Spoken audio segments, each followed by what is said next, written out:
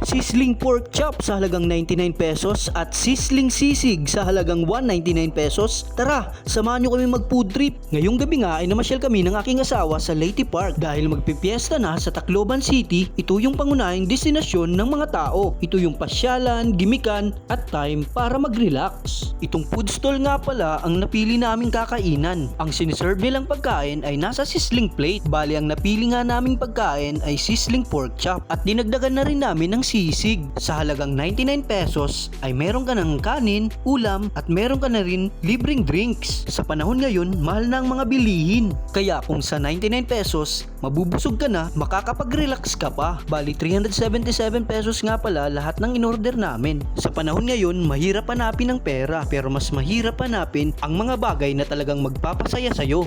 Sa lahat ng papasyal dito sa Tacloban, located nga pala yung Leyte Park along Magsaysay Boulevard. Bale, simula June ay gabi-gabing merong event dito. Merong mga banda, local band, mga palaro at meron ding mga artista. At eto na nga pala, sinerve na yung in-order naming sizzling pork chop. Tignan nyo naman, sa halagang 99 pesos, choosy ka pa ba? At sa 199 na sisig, napakarami ng serving. Umorder din pala kami ng 2 extra rice. Tara, pangaon! Minsan talaga sa sobrang busy natin, kailangan din natin mag-relax at kumain ng masasarap. Habang kumakain ako ay naalala ko nung binata pa ako. Nung panahon na tambay, walang trabaho, nasa bahay lang. Minsan pag nakakagala ako, naglalakad lang ako mula bahay namin hanggang Magsaysay Boulevard. Hindi talaga ako mapipigilan nun, lalong-lalo na kapag parokya ni Edgar yung tutugtog. Pagpupunta ako noon sa Magsaysay, libreng banda lang talaga yung hinahabol ko. Kahit nga pambili ng tubig, wala ako. At sa mga pagkain nakikita ko, hanggang tingin at amoy lang talaga ako. Kaya ngayong may trabaho na ako at nakakapag-generate naman ng income, ay gusto kong ma-experience lahat ng mga bagay na hindi ko nagawa nung binata pa ako at wala pa akong trabaho. Okay lang naman sigurong gumastos kahit paminsan-minsan. Ang importante lang ay may kontrol ka sa lahat ng iyong mga gagawin. Sa dami na nang nakwento ko, tapos na pala kaming kumain. Pagkatapos naming kumain ay naglibot-libot muna kami. Syempre, sa sobrang busog, kailangan muna nating pababain yung pagkain. Marami din palang nagtitinda dito. Merong mga burloloy, meron namang naghihena tattoo, at sobrang daming nagtitinda ng barbecue. Pag napasyal kayo ng Tacloban ngayong June, pasyal na kayo sa Leyte Park. Siguradong makakapag-enjoy na kayo, mabubusog pa kayo. Meron din pala ditong karnabal. Siguro sa susunod na yan pagkasama na yung mga bata.